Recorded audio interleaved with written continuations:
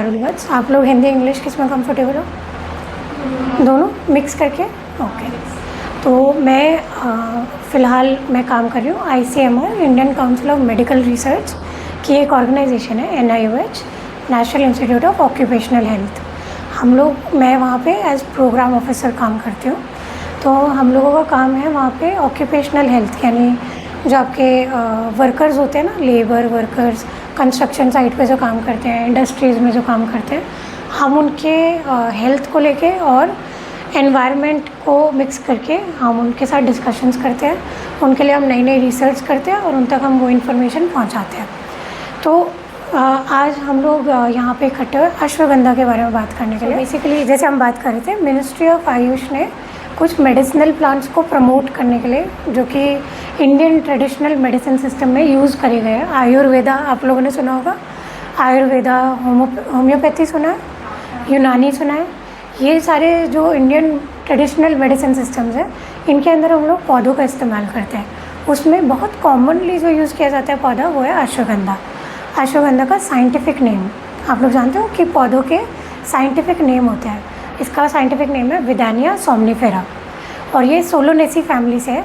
आलू, टमाटर, आपका बैंगन, ये जिन फैमिली में होता है ना, जैसे जो आप साइंस वाले अगर बैकग्राउंड से हो तो हर पौधा एक फैमिली से बिलोंग करता है। तो जो पौधा आलू, टमाटर और ब्रिंजल, ये जिन फैमिली में, उसी फैमिली में आता है आपका अश्वगंधा का पौधा। अश्वगंधा का पौधा ऐसा दिखता है। ये बिल्कुल छोटा सा पौधा होता है, हर्ब, श्रब, ट्रीज़, ये कैटेगरी आपने सुनी होगी ना। सबसे छोटा होता है हर्ब, फिर जैसे आपका जो गुलाब का पौधा होता है उसको क्या बोलते हैं, श्रब। फिर आपके ट्रीज़ आते हैं, जैसे नीम हो गया, बरगद हो गया, वो आपके ट्री आते हैं। ये बिल्कुल छोटा सा पौधा होता है। जब यहाँ पे कभी प्लांट डिस्ट्रीब्यूशन हुआ होगा तब आप लोगों ने देखा होगा ना, छोटा सा होता है ना अश्वगंधा का पौधा। तो ऐसे आपका अश्वगंधा का पौधा दिखता है। अच्छा, फिर उसके बाद आपका जो अश्वगंधा का पौधा होता है, इसके अंदर आते हैं सफ़ेद फूल और इसके अंदर आते हैं, जब ये मैच्योर हो जाता है तब इसके अंदर आते हैं ऐसे लाल बेरीज़। जैसे आप लोगों के यहाँ बेर आप लोगों ने देखे, इसके जो फ्रूट्स होते हैं उनको बेरीज़ बोलते हैं और वो लाल ऑरेंज कलर के होते हैं जब वो मैच्योर हो जाते हैं। ये कैसी मिट्टी में उगता है, तो अगर आप लोग मिट्टी के बारे में जानते होंगे तो सैंडी लूम सॉइल होती है, जिसमें 50% सैंड आप लोगों ने देखे, रेत होती है, फिर आपकी सिल्ट होती है और क्ले होती है। क्ले होती है चिकनी मिट्टी, सैंड होती है रेत, इन दोनों के बीच में होता है सिल्ट। सैंड 50%, सिल्ट, इसका ज़्यादा मिश्रण बना के जो मिट्टी में थोड़ी हवादार हो, जिसमें से पानी अच्छे से पास हो जाए, ऐसी मिट्टी में ये पौधे उगते हैं। और कितने टेम्परेचर पे उगते हैं, 25 से 30 डिग्री सेल्सियस में ही उगते हैं। आप इसको कब उगा सकते हो, जब बारिश का मौसम थोड़ा सा कम हो जाए, अगस्त सितंबर का महीना बारिश कम हो जाती है ना हमारे यहाँ पे, उस मौसम में आप इसको उगाएंगे तो ये आपको अगले साल मई के मौसम में आप इसमें से जो ये बेरी दिख रहे हैं ये आने लग जाते हैं। इस पौधे के कौन से हिस्से आप यूज़ कर सकते हो, जैसे हम बात करें कि ये मेडिसिनल है, ये आपको दवाई के तौर पे आप यूज़ कर सकते हो, तो ज़रा सोच के बताओ कि एक पौधे में कौन कौन से हिस्से होते हैं जो आप यूज़ कर सकते हो। कोई आपने मेडिसिनल प्लांट कभी यूज़ किया हो तो?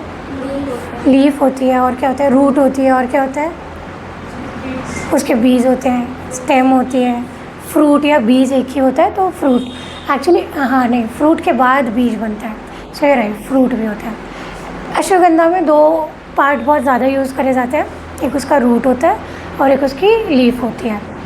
पर इसमें बहुत देखने लायक बात यह है कि, अच्छा इसके बारे में थोड़ी देर में आते हैं, पहले मैं आपको बोलती हूँ, इसकी रूट सबसे ज़्यादा यूज़ करी जाती है मेडिसिनल तौर पे। तो लोग क्या करते हैं, मैंने आपको बताया कि मई के महीने में ये तैयार हो जाता है, इसकी रूट तैयार हो जाती है। तो जब इसकी खेती हो रही होती है मई के महीने में, जब ये ऐसे ऐसे इसके अंदर फल आ जाते हैं, तो मैं देखती हूँ अगर इसमें रूट कहीं दिख रहा हो तो, रूट नहीं दिख रहा है ना हमें, कोई नहीं। इसके रूट को आप निकालते हो, फिर उस रूट को सुखा दिया जाता है, उसकी कटिंग करी जाती है, फिर उसका पाउडर बना देते हैं, चूरन जैसा होता है ना, वैसा बन जाता है। तो उस चूरन को आप यूज़ करते हो इसके मेडिसिन के तौर पे।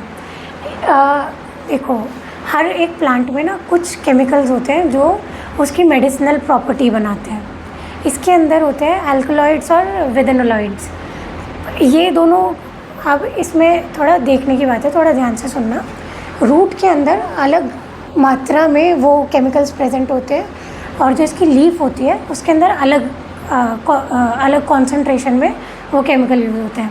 तो जो आपकी जो प्रॉब्लम है उसके हिसाब से आप या तो लीफ यूज़ कर सकते हो या फिर रूट यूज़ कर सकते हो। कौन डिसाइड करेगा कि लीफ यूज़ करनी है, रूट यूज़ करनी है, या लीफ और रूट का कॉम्बिनेशन यूज़ करना है? कोई भी आयुर्वेदिक या यूनानी जो डॉक्टर होते हैं वो बता सकते हैं कि आपको ये दिक्कत है तो आपको रूट यूज़ करनी चाहिए, आपको ये दिक्कत है तो आपको लीफ यूज़ करनी चाहिए। क्योंकि लीफ यूज़ करने से अलग तरीके के इफ़ेक्ट आते हैं बॉडी पे और रूट यूज़ करने से अलग तरीके के इफ़ेक्ट आते हैं। अब हम बात करें कि ये मेडिसिनल पौधा है तो क्या क्या इसके बेनिफिट हैं, हम उसके बारे में बात करेंगे। कुछ स्टडीज़ करी गई है, मैं अपनी नोटबुक में देखूँगी थोड़ा थोड़ा, क्योंकि वो स्टडीज़ में एग्जैक्टली दिखाया गया कि क्या क्या हुआ है। तो जब आप अश्वगंधा की बात करते हो, एक तो इसका नाम बड़ा अश्वगंधा क्यों पड़ा है। संस्कृत में दो इसके, अगर आप इसको डिवाइड करेंगे ना, एक तो अश्व है और एक गंध है। अश्व का मतलब होता है घोड़ा और गंध का मतलब होता है स्मेल।